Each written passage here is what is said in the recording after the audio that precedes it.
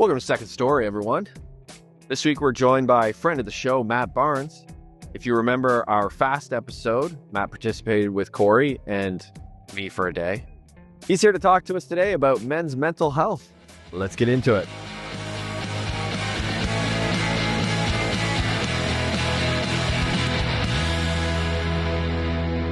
Welcome to Second Story, everybody. I'm Josh Cybulski, joined, as always, by Corey Leckie. Corey, what's happening? Hey, man, what's going on? Happy to be here with our good friend, if you want to introduce him. Yeah, you're making me do it. It's interesting that you use the term happy because we are going to be discussing mental health today. So we're joined today by Matt Barnes from Southwest Counselling. Matt, welcome to the show. Thanks, guys. It's a pleasure to be here. Last time we saw you, we were doing a 72-hour fast together. Yes, that was something. That was impactful for me. I don't know about you guys. Was it? Yeah, big time. Before we get into what we're going to be talking about, which is hopefully men's mental health is the topic today, I was just curious about your journey there. What did you think of the 72-hour fast we did?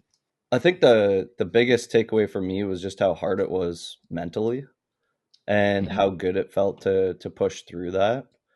I think it also kind of really changed my relationship with food, if you could put it that way.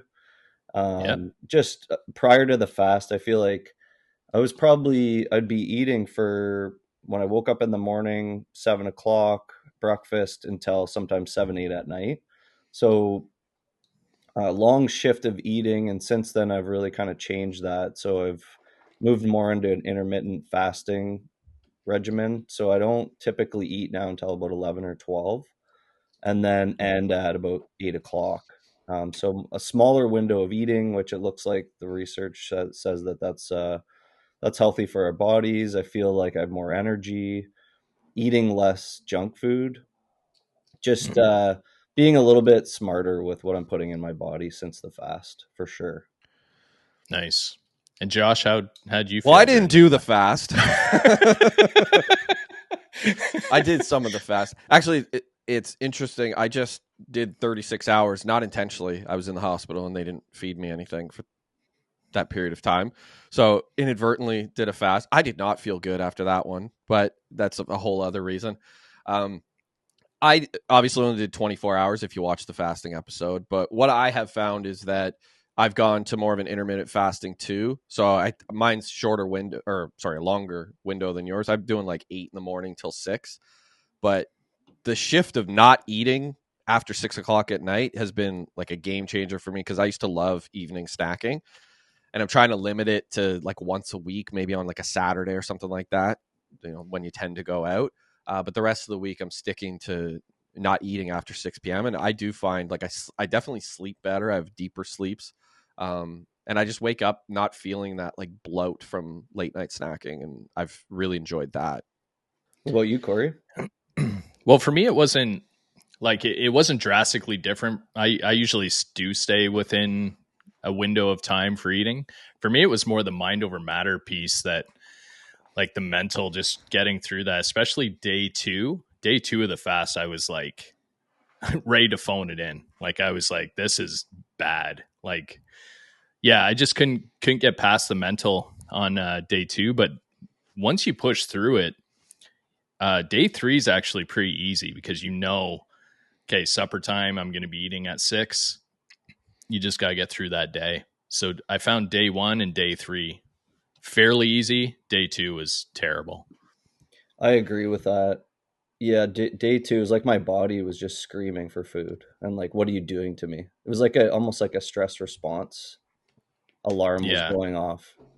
But then you give up at some point and you're just like, it's not that bad. Like you just kind of get over that and your mind takes over and just allows you to, like, it gets over those hunger pains and your brain telling you I need to eat right now. So it was a really cool journey. It makes me think like if I can do that, then other hard things aren't so hard. So, and I'm probably going to do it again. I think I'm going to do it again in June. Nice. I feel like if I did it again, I wouldn't want the third day to be a work day. Like I was, I was a shell of a human that last day. I was having a hard time functioning. Yeah, for But sure. it's, I guess kind of a good segue. I was watching Huberman podcast. I don't know if you guys follow that podcast. It's like they're like 3 hour episodes, just all science. If you want to really geek out on something, you can. But he was talking about grit and how there's actually a region in the brain that grows when you do things you don't want to do, or you push Oh, through really difficult things like a 3 day fast. And the region's called the anterior mid cingulate, and this is the region of the brain that's helps to develop grit and willpower. And okay. so the fast is a great example. And I think when we talk about mental health, at least where my mind goes, kind of the first place it goes to is like, if you want to have good mental health, you have to do things you don't want to do. Hmm. Right. So, I mean, I know you guys get up early. Corey, you're in the gym super early. Hmm.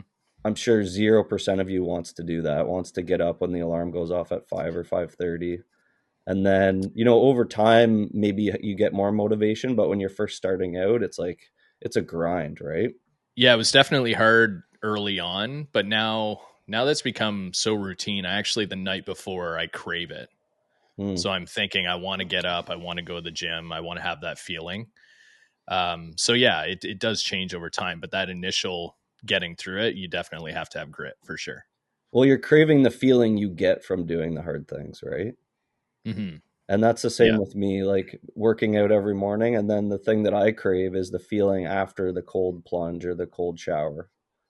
But when right. The I'm doing, outcome. like when I'm Yeah. about to turn the water on to cold, like every part of me is like, no way we're doing this. Right? But it's that feeling you get after that just that's what you start to crave, because that's when you're feeling your best.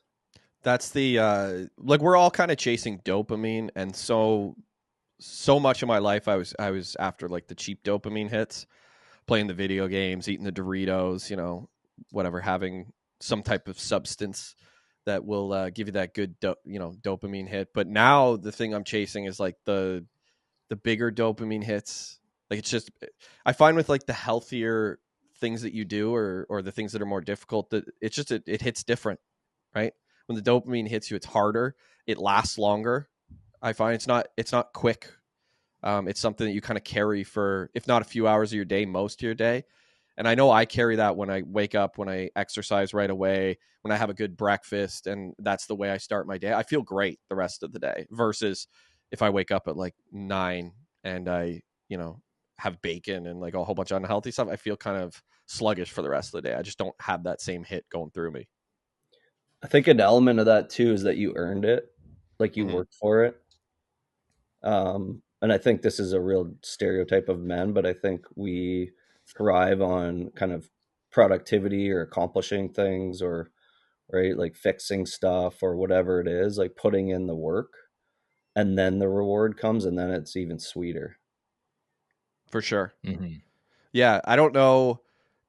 This is kind of a weird analogy, but I remember building my deck in my backyard, and I built it with my godfather over a span of like a couple weeks. And it was like hard, labor intensive work.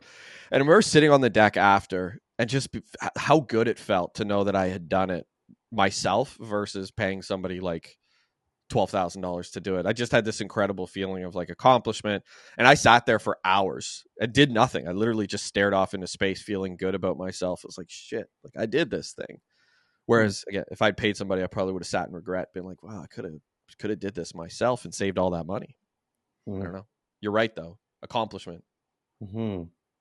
Yeah. Yeah, being productive. And when you wake up, I know for me, when I wake up on the weekends and I don't do my workout and a cold shower and, like you said, eat the bacon, it's like you kind of start the day sluggish. Like you're Yeah. not getting Yeah. the dopamine, you're not getting those endorphins, and you haven't worked for anything. There's Yeah. also that hard crash in the afternoon too. Like if you don't kind of set yourself up for the day, by the afternoon you're just going to crash out and feel like napping, feel like not doing any work. So, Hmm. yeah, I just find starting off the day right and feeling like you've already accomplished, like I'm at the gym by 6:30, so I feel like I've accomplished something pretty big by 7:30 in the morning, you Hmm. know? Like I've already got that in. It's done. I feel good about it. maybe I'm tired from the workout, but yeah, it just kind of sets you up to that day. You've started off with an accomplishment right off the bat. Mm-hmm. I don't know how you guys, like, maybe you guys could talk about this, how you kind of think about mental health, but to me, it's a daily task to have good mental health. Like, I don't look at it like kind of a general sort of idea. It's just like, what am I doing? Starts with routines for me. What am I doing to set my day up and my mind up for success? And that is an everyday thing. Like, there's no breaks. Yeah. I would equate it to physical health. Like, I think we as a society have a pretty good understanding. Like, if you eat right and you exercise and you stretch and you take care of your body, then you'll be in good physical health. But it's weird when people think of mental health. They're like, "Oh yeah, I go to therapy once a week," and that's like the extent of taking care of their mental health. I don't feel that we have figured out. Oh no, it is an everyday thing. People who have gone through mental health struggles and went and got professional help, like from people like you, I think you start to understand. Like, I know for me, I've gone through therapy, Corey. I know you have too. Sorry to spill the beans. That's what this episode is. But I've it's taken me like years to figure out that it is an everyday thing. Like, I have no days off when it comes to my mental health, and I have to be that way, or else it can spiral quickly. Totally. I agree. I don't think it's something that you like. I don't think it's an accomplishment. Like, I guess, how do I say this? I don't think mental health like is something that you can just grab onto and you always have it either. Like, Mm-hmm. you got to be okay with being mad and sad, and like all those feelings have to come. I feel like our society, we tend to try to dope our way out of it. And truthfully, you have to have those feelings. You have to feel bad and sad and depressed at times and all that. But yes, like doing the work and setting yourself up so that you're at least avoiding the things that make you feel that way all the time. That's kind of what you got to aim for.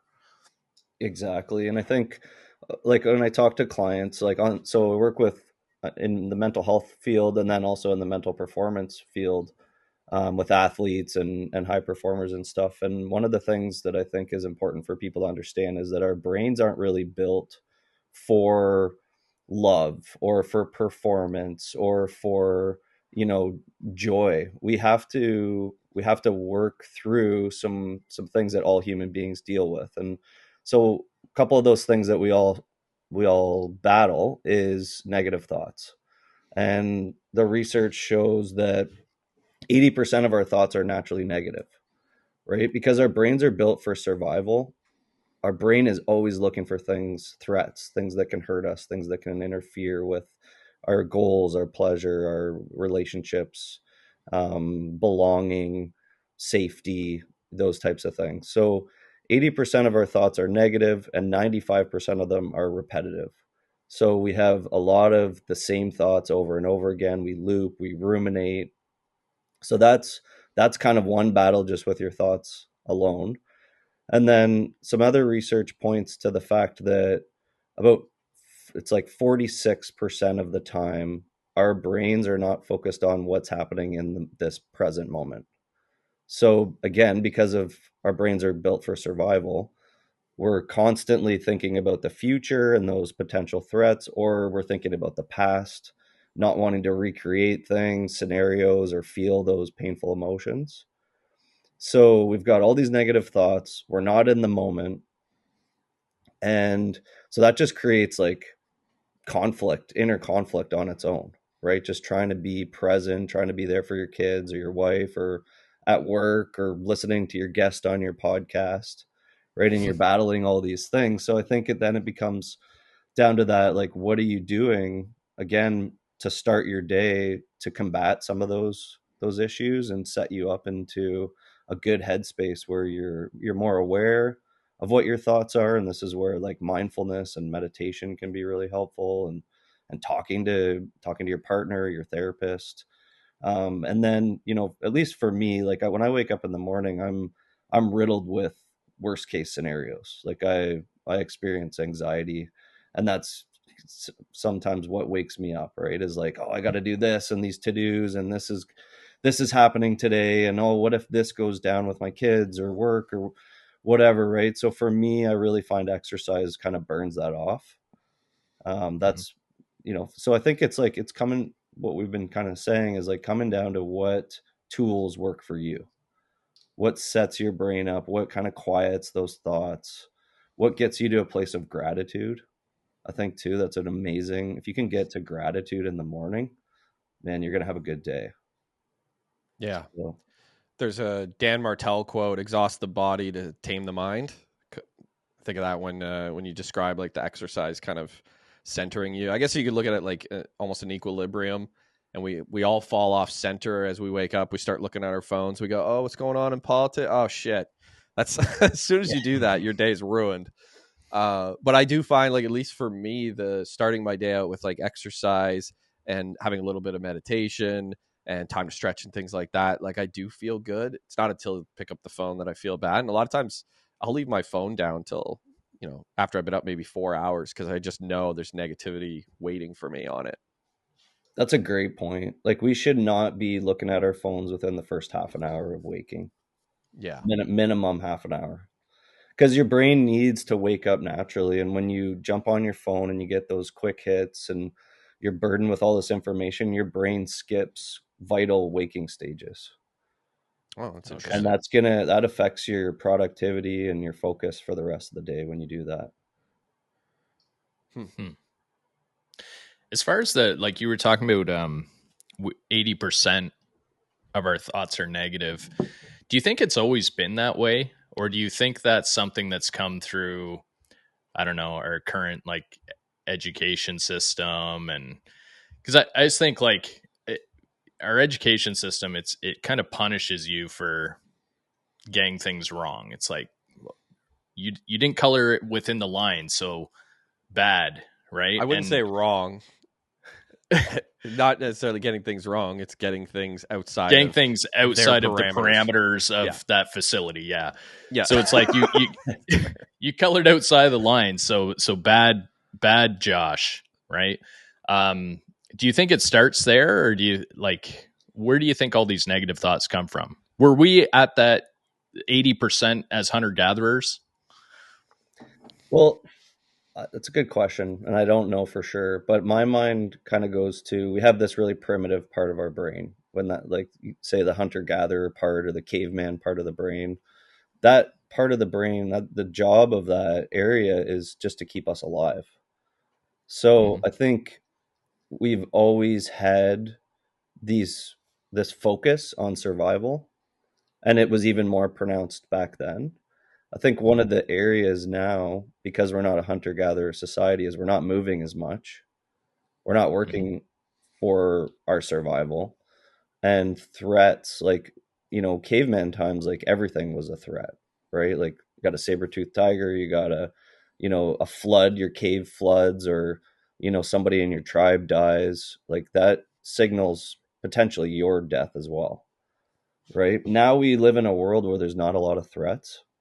You're hungry, you go to the grocery store, right? Or, we've got the police we can call if we're in danger. There are still some threats, like, think about natural disasters, and you're driving in your car, like an oncoming vehicle, or you're out at a concert and somebody, you know wants to punch your face because you look like Corey Leckie. Yeah, I've been there. Because you start a fight at a Watchmen concert. Yeah. Because you dump a beer on someone's head. Yeah. We just talked about that. Yeah. Yeah. So I think it's always been there, but it's evolving now because we've got these smartphones, and you scroll through for 2 minutes and you're exposed to the most graphic, worst case scenarios going on all over the world. Yeah. That's a really interesting point. Like, back in the day, our perceived threats were real. Like in caveman times, the threat of, how am I going to get a fire, was like a real thing.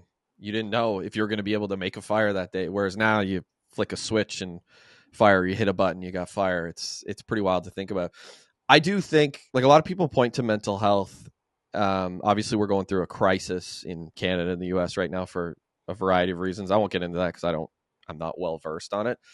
But people are always like, why is this so prevalent now? I think, in my opinion, it probably always was, and we just didn't know.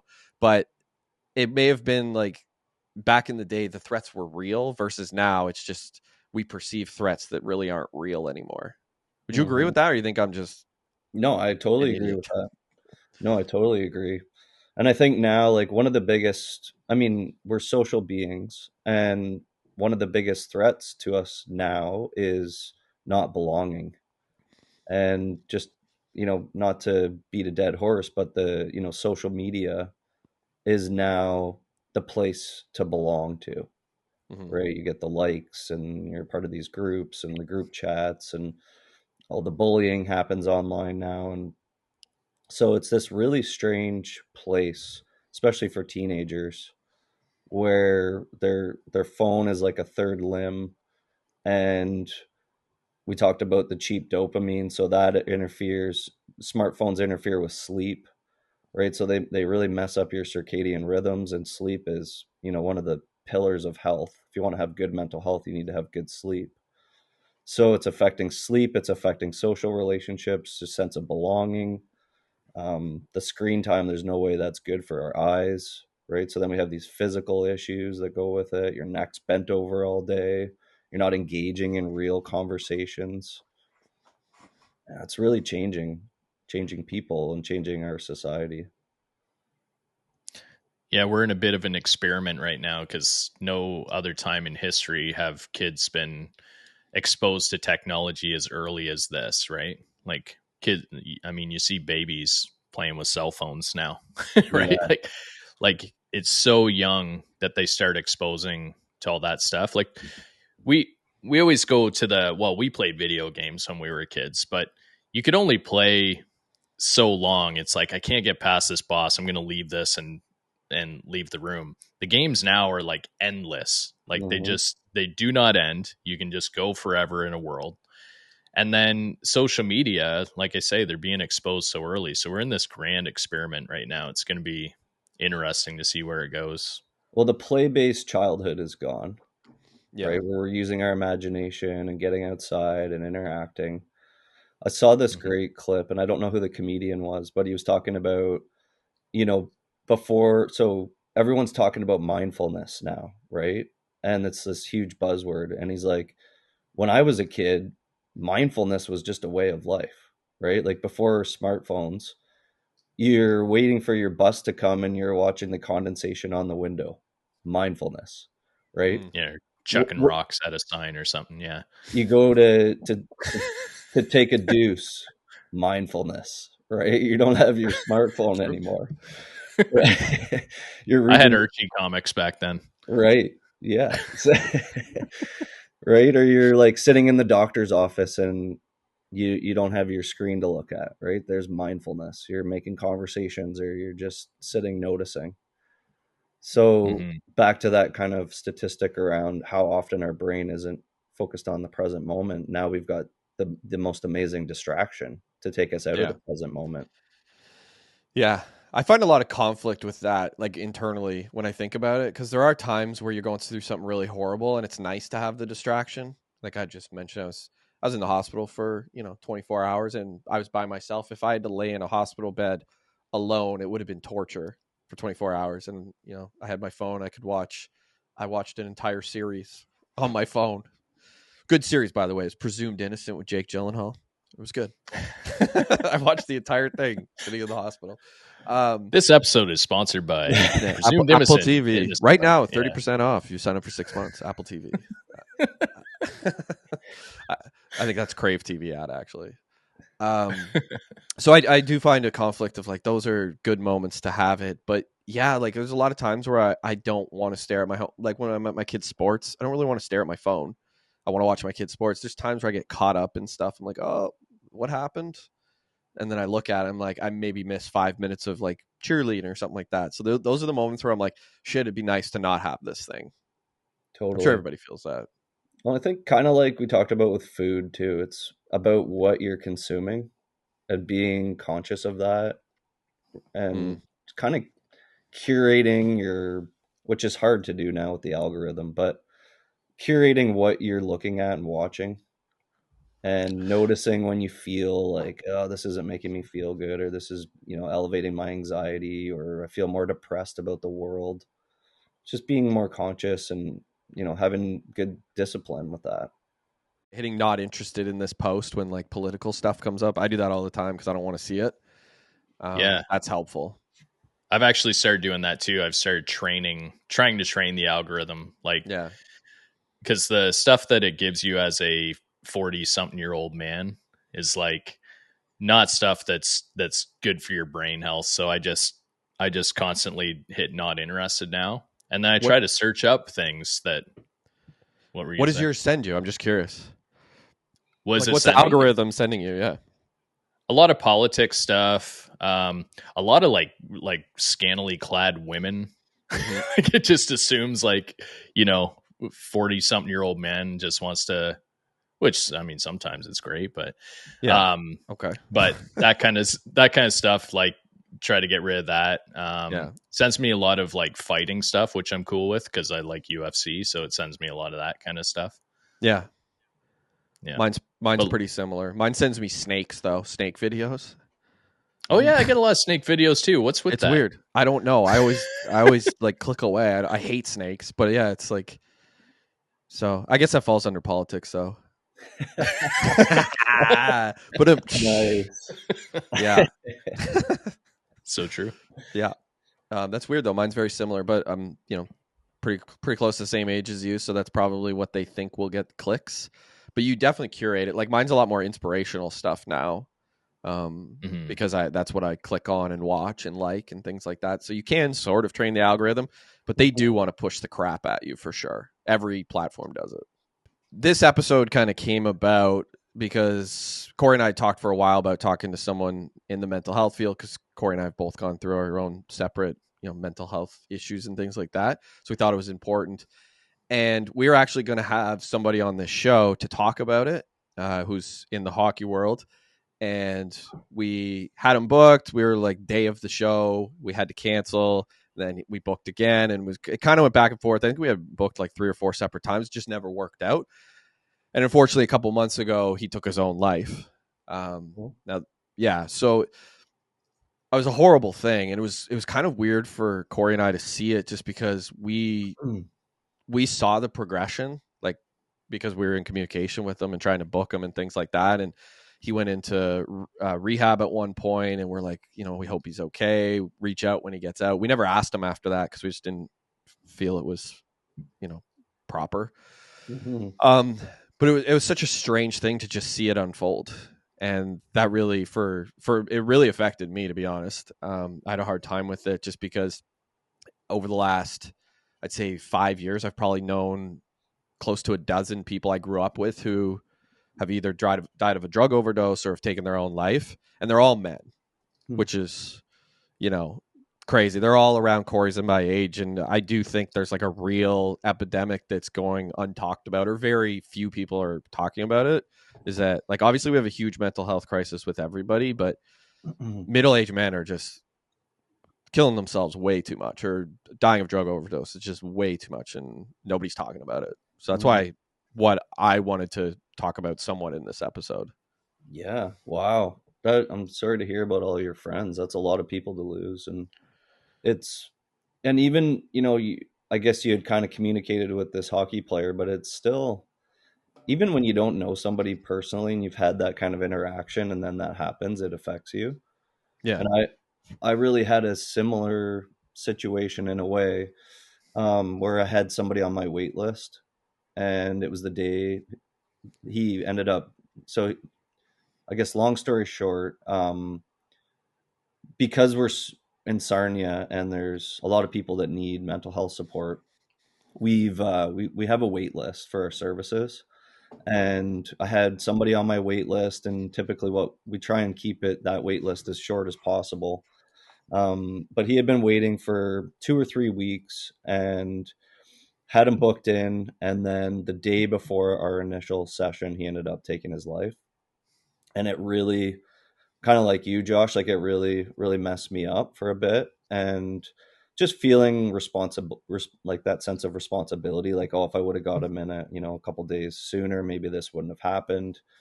And so that for me, that was my first experience having kind of a client take their life.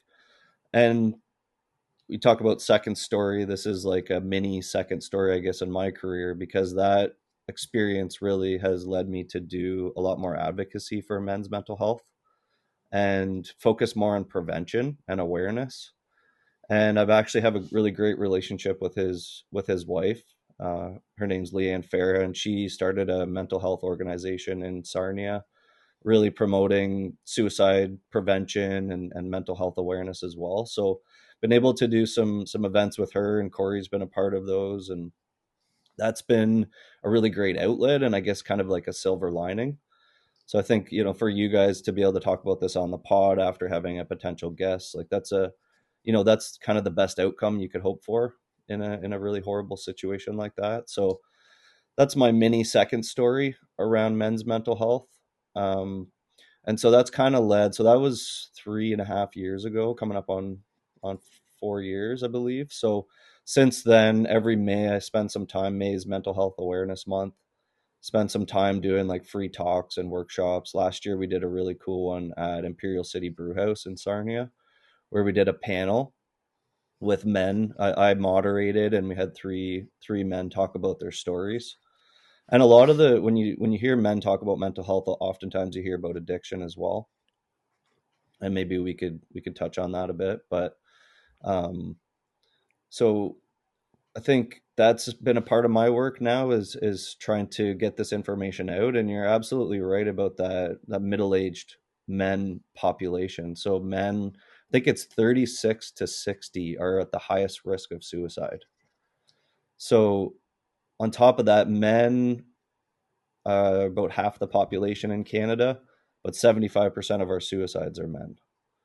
So 3 times more men are taking their lives than women.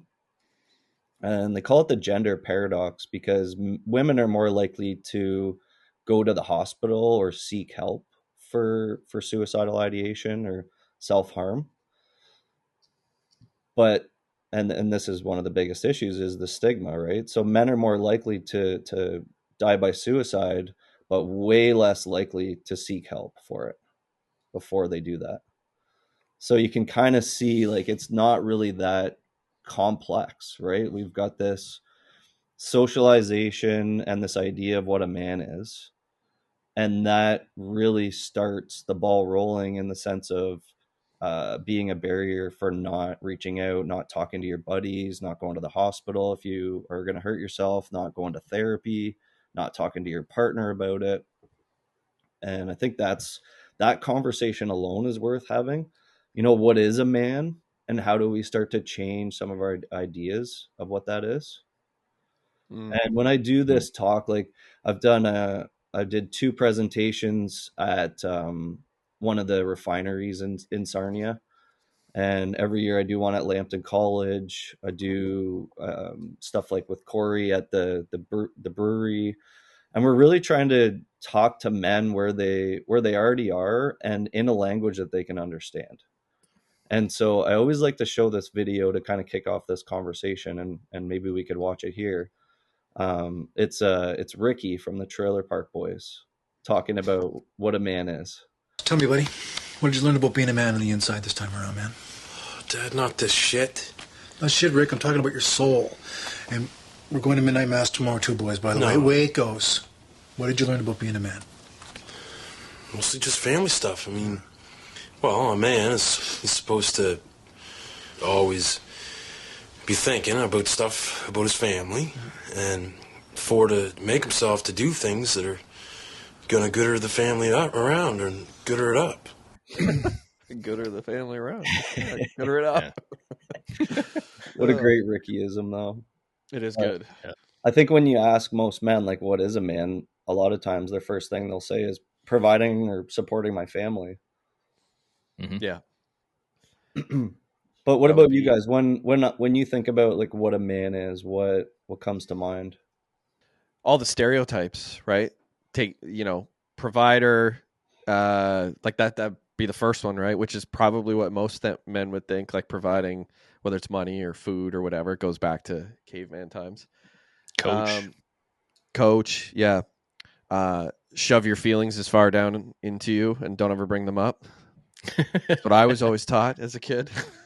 Yeah. Yeah, that's what I think Yeah. of with a man. I think as men, we often feel like we're burdening other people when we talk about our problems, right? Yeah. Mhm. Like, I definitely feel that way. You know, I think about my friends. I'm like, well, they're busy. They don't want to hear, you know, they're all busy with their own jobs and their own families and everything. So they don't got time to go out and sit with me and talk about my little issues. And then, Independence. That's what independence, right? yeah. And like, even, you know, your wife, like, you know, we're in these 2-income households now where they come home, they're stressed from work, and there's not, you feel like you're burdening them. You're like, I don't want to talk about my problems because I know they've got problems. And You're supposed to yeah, have so the answers and the solutions and be able to fix things. right, yeah, you feel like less of a man when you're putting all your issues out to the world, I guess. Yeah, you're supposed to Mhm. have courage, deal with them yourself. Yes. Right. Be Yeah. stoic. Be logical. Be assertive. Mm-hmm. Yes. Yeah. Even like domineering is maybe a quality that we're kind of taught to be. Yeah. For sure. Certainly not to cry and be vulnerable. Yeah. I Yeah. think of this time, I don't know, it was maybe, I don't know how long ago it was, but I was in my buddy's truck and we were driving to go meet a bunch of our friends. And he got a call on Bluetooth and he answered it. And it was like a therapy clinic. And they're like, hey, just so you know, we're able to schedule you in on Thursday. And he was so uncomfortable and just awkward about the whole thing. Like, oh, great. And then he makes his appointment or whatever, hangs up the phone. And then he like keeps kind of looking at me and I'm just not saying anything. And he's like, yeah, I don't know what that's about. I was like, dude, it's fine. I'm like, I'm in Therapy therapy. on my shoulders from working out too hard. He couldn't think of anything. He's just like, I don't know what that's about. And I was just like, dude, it's fine. I'm in therapy. And then once he realized that I was in therapy, it was like he just opened up and we started just talking about it. But it was one of those things where like, nah, you're not supposed to talk about that. Like that was kind of his feeling. But yeah, like we're able to talk about it now because we both know that we're each in therapy, right? We're to use a Leahy term for Trailer Park Boys, we're shit brothers. That's awesome. We're in it together. Yeah, but it's good. Like he has somebody to talk to about it. He probably wouldn't otherwise. It was just like a happy accident. Mm-hmm. Well, and I know you guys have done some bits on this. Like after 30 years old, men's close personal relationships start to dwindle. Mm-hmm. We did a whole episode on that. Yeah. Yeah. And that's a big part. And like the fact that you have a buddy that you can talk to about stuff like that is such a great, mental health prevention tool or suicide prevention tool, I guess you could say. Like I remember in high school, like the things that my buddies and I would talk about on that note would be like, who hasn't cried the longest, right? And that would be Yeah. like a badge of honor. Like, oh, it's been 7 years for me. It's been 10 for me. And that would be the topic around that. Yeah. And I know having kids, like I never really had, I would say, deep, close relationships with my friends until I had kids and experienced a whole lot of struggle. And that's when that was kind of like a life event that kind of brought all me and my friends closer together, was like starting to be real with each other and vulnerable and talk about our problems. And ever since then, that just becomes like a part of our boys' weekends. It's Yeah. just kind of like venting and just relating to each other. And so, Yeah, I know a lot of well, I've talked with some other people that they'll do like sauna weekend or like sauna days and things like that where, you know, 4 of them will hang out in the sauna and they just like you'd think, okay, 4 guys hanging out in a sauna, maybe you're having a beer or something, I don't know, like maybe like I don't know, talking about sports or something, but they are just talking about struggles, like the struggles they're having, the thoughts they're having, and just kind of being there for each other. And I don't know. I think that idea is pretty cool because like Josh and I are lucky that we kind of have each other. We tend to we talk to each other every day. So it's like, hey man, I had this issue, and we just like talk it out like constantly. But Yeah. but yeah, there's a lot of people that just don't have close friendships. mhm. I find I've got a lot less close friendships the older I get. Yes. And the less I want to go out and party, and the less I want to do those like kind of destructive things to myself. Like the more I try to like better my, like get in better shape and like go to bed early and get better sleep and all that kind of stuff, the more friends I lose, it seems. Isn't that crazy? Mm-hmm. But yeah, you're gravitating more towards people with different priorities and a different focus. Right. Which is great. But as men, there's not a whole lot of us focusing on that, right? It takes like a conscious shift because of all of the socialization we got about what we're supposed to be as a man. And the whole emotional suppression thing, I think, is central to all of it. And this is really where like the term toxic masculinity, which I don't really love that term, but I think it makes sense, where masculinity can become toxic when you subscribe to these like really strict kind of ideas of what a man is, right? So you're not vulnerable, you don't cry, you don't show emotion, you use aggression and assertiveness or dominance as a way of being. You kind of have this like appearance of being hard, right? And nothing bothers you. And that's just a recipe for disaster for the human brain and for your relationships on top of it. Hey, every man needs like an outlet or whatever, an exit valve, if you want to call it. And for some, I'd say very few, that ends up being a healthy place, like therapy, or they talk to their friends, have a sauna weekend, that kind of thing. Those are all, I think, healthy exit valves. I know for me being young, I had a lot of unhealthy exit valves. So like substance use, risky behavior, anger. Like I had a lot of anger, temper, that kind of thing. Like I had really bad exit valves until I was probably like in my 30s, I'd say. And I think a lot of men, toxic masculinity would kind of play into that. Yeah, like those exit valves are all appropriate in a man's world, right? Like anger, that's the feeling that we have. And drugs and alcohol, like let's get messed up, right? Like, that's how we deal with things. Yeah. I know, to talk about, like, I know a lot of people that like their risky behavior was drinking and driving, and they like legitimately enjoyed drinking and driving, which is like, it's fucked up to say, but I know so many people that they're like, I'm gonna polish off a 12 and slam it into D, and they were legitimately serious about that. Like obviously D being drive, but like there are people that was their thing, and I knew a lot of them. I knew a lot of people who were either killed by a drunk driver or killed themselves drunk driving growing up, because it was just, that was their exit valve, which is wild to think about. Anybody that grew up in a rural town's heard of crop touring. Yeah, exactly. That was And so there's another video. Can you go to video number 2, Corey, the Bill Burr clip? I don't know if you've seen this one, Josh. It's from Bill Burr's latest stand-up on Netflix. We're not allowed to be sad. We're allowed to be one of two things. We're allowed to be mad or fine. That's it.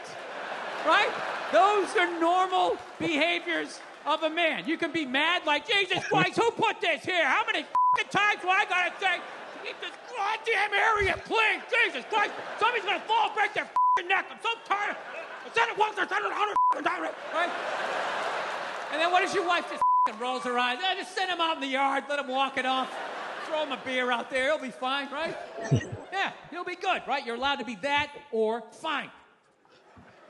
How you doing, Bill? I'm fine. You sure? Yeah, I'm sure. I said I was fine. Why the would I say it's fine? Fine? Then you're just right back over there, and your whole life is that.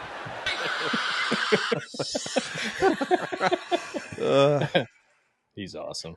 So that's where, like the toxic masculinity is like anything outside of like the confines of like, you have an emotion, it's anger, you need to blow off steam, you drink and drive, or you go fight somebody in a bar, right? Like anything outside of that we were taught was gay.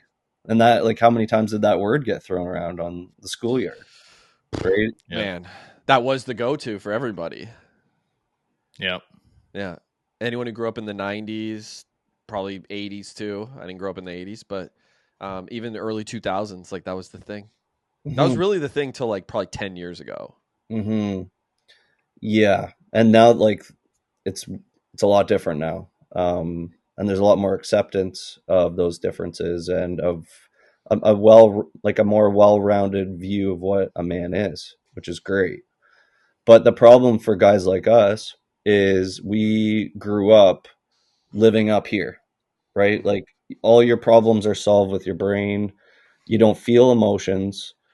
And one of the biggest issues with not allowing ourselves to feel or express emotions in a healthy way is you don't get an opportunity to figure out what you are feeling. Right. And I like to use with clients, like, especially when I'm working with men, like the car analogy, right? Like when you're driving and the check engine light comes on, there's a problem. But and emotions are that signal in our body for us, like, hey, something's off or something's wrong, or I'm upset, or I need help, or I need to talk about this. But we went, a lifetime of ignoring the check engine light. So then the car starts to break down and you have these problems. You have the risk taking issues, or maybe you get a DUI, or you get arrested, or you get in a really bad fight and you get injured, or you hurt somebody, or you develop a substance abuse disorder, right? Or the stress just builds and builds and you get all kinds of health complications. So that's one of the biggest problems for men, is that we're so divorced from our bodies and our emotions. And I don't know about you guys, but like when I'm going through something and having like big feelings, usually my wife knows what I'm feeling before I do. Because it just takes me so long to like, okay, yeah, like, oh, this sensation down here, oh, that maybe that's anger, or maybe that's sad. And like it takes a long time to process these things because we haven't been checking the engine. I didn't check the engine until I was like 38 years old. So like maybe a year ago. I spent my entire life thinking like I just had a pretty average childhood. Like, oh, it's just pretty normal, normal things. Um, and then when I went to therapy and started going through therapy, like some of the sessions I would go through, my therapist's eyes would be like big. She'd be like, I'd be like, is that not normal? And she'd be like, no, that's pretty abnormal. Like several times. And once I went through that process, it became this whole thing where it's like, oh wow, like I had all these things happen that I never really checked in on. I just kind of repressed them, or just pushed them all the way down and kind of shut the door on them. And eventually, like the door it was too much in the room, and the door burst open. And that's kind of what I've been going through like the last year or so. But I honestly don't really know where it came from, because I don't think it came from my dad. My dad was like a pretty emotional guy. Like he didn't have a problem with showing it, but I think it might have just been society in general that, because I never have really had anybody telling me like, no, you should share your feelings. Like even my dad, who did share his feelings all the time, but he never actually like put language to it. Like, oh no, you should do this. You should say how you feel, and like all these types of things. So I think society as a whole was probably what did it for me. Yeah, I think about movies and shows and music and pop culture and the kids on the school ground and coaches, and you know, even with great parents, it's a lot to kind of work through. It was everywhere, and this is gonna sound. It was everywhere and nowhere at all at the same time. It was like we never. It was like the unspeakable thing, but it was just something that was like inherent in all of us that we knew. Like you don't ever, no, you don't ever talk about this. I recently watched Vince McMahon documentary. Have you guys seen that on Netflix? Yeah. No. Just look at the WWF or WWE and like the messaging that came from that in the 90s. It's unbelievable when you look back at like, how women were just an object, this like extreme dominance, right? The storylines, like all of it just really now is like kind of shocking to look back on. Yeah. But that's just one thing that we were into, or a lot of people were into, right? And just once you watch that documentary, you'll be like, whoa, that's a strong message that's coming out of the WWF. Yeah, for sure. That was the culture at the time. Mm-hmm. I don't know if you remember, but you talked about music. There was like a whole string in the early 2000s of music where the songs were just about suicide. Like they were all like, I think of like Last Resort, Papa Roach, some of like Linkin Park stuff. And it's weird to look back on the Linkin Park stuff now because of obviously of Chester Benningfield. But they had almost like commoditized or corporatized suicide, and like capitalism's gonna do its thing, and people started profiting off this whole idea of like saying, and like not necessarily talking about suicide and like they were venting emotionally. It was like it became like a badge that people wore, like I might kill myself, and that's the badge that they wore, and they sang songs about it. It was weird. Well, It's a weird time to look back on. What's that called? Look at the 90s. Look at the 90s, right? Like a good chunk of the most famous stars at that time, the rock stars, either killed themselves or OD'd, or right, like they all went through it. Yeah. But then the 2000s, what you're saying is that they were just overtly talking about it in their songs. Well, I think it became a thing, like we can make money off of this, and I'm sure there was suits that were saying that, but ultimately, like it's the stars that sang it. But yeah, I do feel like it became a commodity at that point in time, and I think it just took like another 10 years before people were like, oh shit, like this is an actual real problem. Like it's not been something that has been just out of nowhere. Everybody's got mental health issues. I think it's been growing for probably 50 years, like probably maybe even more than that. Like it might have been something that came post World War II. So like you're getting closer to 80 years. Totally. That had a big impact on fathers and men in general, coming back with PTSD, possibly never knowing what that was or how to work through that or talk about it. And just like the generational trauma that came out of that, and the lack of, recognizing, expressing, treating things. Yeah, there's a lot of historical stuff. I was kind of thinking about like residential schooling as well for like the indigenous groups and populations, like the generational carryover. Once this, a population goes through something like a war or a residential schooling or whatever the situation is, it just bleeds over. The church. Like what went on in some churches. Obviously that's like generational trauma that you were talking about. It just carries over from one generation to the next. Like, a lot of those victims became fathers, and you wonder what they passed on to their children and what they passed on to theirs. And there's never really been in terms of like mental health and like the generational traumas carried over, there's never really been anyone before our generation that actually like blew off that steam and like explored, well, what the hell is going on with me? Like my dad certainly didn't do it. Like if you said mental health, I don't know what he would have said, but it wouldn't have been like, oh yeah, that's where I go talk to somebody. That would have not even, and his father, I mean, my God, no. So we're the stop, I guess. Like this, we're the generation that's going to have to try to stop what we're passing on. And I worry about it in my own children. Like, what am I going to give them that I have not resolved? Me too. Yeah. But there's the flip side of that is all the amazing things you are giving them just by role modeling, going to therapy or talking about your feelings or working through problems in a calm way or exercising every morning. Like that is, those are amazing things for kids to see. Yeah. And that's a big part of why I do it, is because I do want them to see, behavior that is healthy, like even eating right. Like my kids see me eat eggs and veggies and meat. They don't see me eating Doritos. Maybe they'll see me eat the odd candy, but like I don't drink in front of my kids. I might have an occasional glass of wine, but I'm not slamming beers in front of my kids or drinking whiskey or anything like that. And I think those are all like, I mean, that's what my dad saw. That's probably what a lot of our fathers saw, was their fathers just, essentially drink themselves to death, or, at the very least exhibit signs of alcoholism. Or be so engulfed in their work that they were just absent all the time. Yeah, that too. Yeah. Like the quality time that you guys spend with your kids. And there's just so many good things you guys are doing. Yeah. You still sometimes feel like you're not doing enough, but do you, I'm curious, when you're working with people who have gone through kind of trauma, even like little T trauma, when they're younger, do you find that a lot of people kind of slough it off as like, well, there's other people that have it worse than me? Or totally. Yeah. 'Cause that's what I find I do. I'm always like, I had some rough stuff in my childhood, but then I'm like, yeah, but other people have had it worse. Which is a way of coping with it, right? Of like, there's always somebody having it worse than me, but it also neglects your own experience when you don't kind of validate it or sort of put it into that context of like, yeah, that was really painful for me.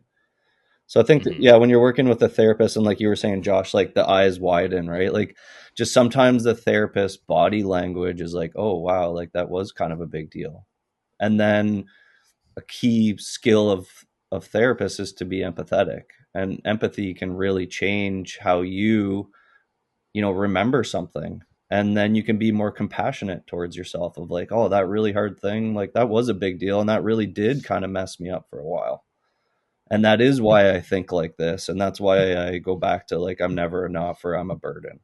Right. So then you can kind of like map it out too, like on a cognitive level, which is helpful to make sense of things and like bring it into the present moment. But just having an experience that was really painful to you be empathized with, or kind of for somebody else to witness it and see the gravity of it, can be really healing in itself.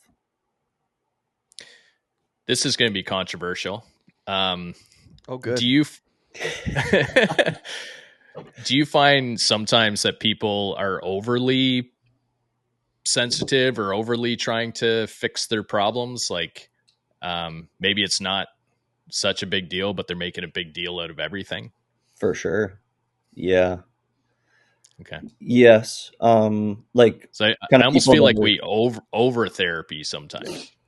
well, there's people that kind of develop being a victim as their identity, and that's not healthy.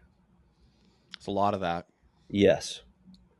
Yeah. Like victimization, like kind of gives you like social status in a way now. Yeah, I had this happen to me that it's hard not to do that in a vacuum. Like I definitely have things in my life where I'm like, I feel this thing has made me a victim of that thing. I won't go into specifics, but it's health related. But I do feel like, oh, I got dealt this bad hand. Now I'm trying to do everything to overcome it. I do think there's a lot of people that will actually go the opposite way, and rather than try to overcome it, they actually try to put themselves in a worse position, because then they can play that card like over and over. Sometimes that's conscious, sometimes it's not. So Yeah. a lot of people that have experienced trauma will repeat patterns, the same unhealthy, toxic patterns over and over again. Oftentimes that's totally in their unconscious mind. They're not aware they're doing it. Yeah. And there's different reasons and different theories for that. Like there's a theory around, we want to recreate situations until we master it, right? So you see, an example is like women in abusive relationships who just keep getting with abusive men over and over again. And there's a sense of wanting to master that and have a different outcome. And then there's people who are more conscious of it, of the victimization and staying a victim. And we use this term in therapy called secondary gains. So sometimes when you're working with a client who isn't getting better, you want to explore with them, like, what are the secondary gains they're getting out of this?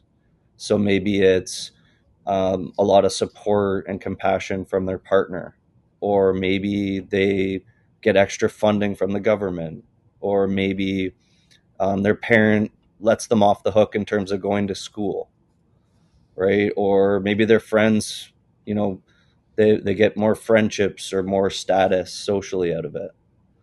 So that would be secondary gains. And again, those could be unconscious, but we're trying to help bring all of that to the forefront to look at, like, why do we keep going through this cycle of suffering and pain? Yeah. So Self-sabotage. yes. Self-sabotage is a massive thing. Like you wonder how many people self-sabotage their way out of like better careers, better living situations, relationships. Like I think most people know someone who would self-sabotage their life, and they do it repeatedly. Self-sabotaged my life, most of my life. So me too. It's just been in the last little while that I'm trying to like course correct that in my 40s, Yeah, me too. Well, and when people were given a message when you were a kid of like, you don't matter, you're not enough, then you may that's a belief that kind of weaves through your life, and until you bring that to the forefront, that kind of runs your decision making. It's validity. Like at least as a kid, like I never felt as though what I was feeling or going through was ever valid. I was always like, you're being a baby, don't be a pussy. That was a big one, right? And I would say that to myself. Yeah, gay was the other one. Yeah, I would say those things to myself. I'm like, why do you care about this? Like, if it was a breakup or something, why do you care? Like, just move on. That kind of thing. Like, don't be a pussy about it. Blah blah blah. Don't let anybody see you cry or be upset or any of these things. And like, I know for me, my exit valve was substances. That's what I can remember drinking like a 26er Jack Daniels when I was like 18. It's like just to get the feelings out of my body for a period of time, and then obviously the repercussions of that were not great either. But yeah, I never felt like my feelings were valid towards really anything until I was in my 30s. And I guess too, when you're talking, I'm thinking about self-talk, like the supercomputers up here and our experiences kind of prime it to think, and we listen to our parents and how they talk to us and themselves, and if we had played sports, like how coaches speak to us, that all plants the seed of our self-talk, and we have just a constant narration happening in our minds. Some of us have upwards of 80,000 thoughts in a day, right? So we're constantly thinking, we're constantly talking to ourselves. And I know that I've had a few like profound experiences of just being mindful of what that narration was saying. One of them, I was cutting the grass and we had a leak in our roof. And I remember cutting the grass and I just kind of tuned into my thoughts, and I was telling myself what a pussy I was that I couldn't fix this leak in my roof. Right? It's like, what kind of man are you? Yeah. And you are for not being, no, I'm just kidding. But these expectations that we put on ourselves, and back to what is a man, and who we are and our values and our identity, really it's playing in the background. And that's where therapy is just one tool for that, but that's where you really start to kind of clue in of like, oh man, I'm kind of a dick to myself. Being a man isn't being strong in everything. It's about knowing your strengths and really leaning into those. There's a good Patty the Batty video that I like to show. I sent it in that email. Oh yeah, his speech after that one fight. I woke up on Friday morning at 4 a.m. to a message that one of my friends back home had killed himself. This was 5 hours before my weigh-in. So Ricky, lad, that's for you. But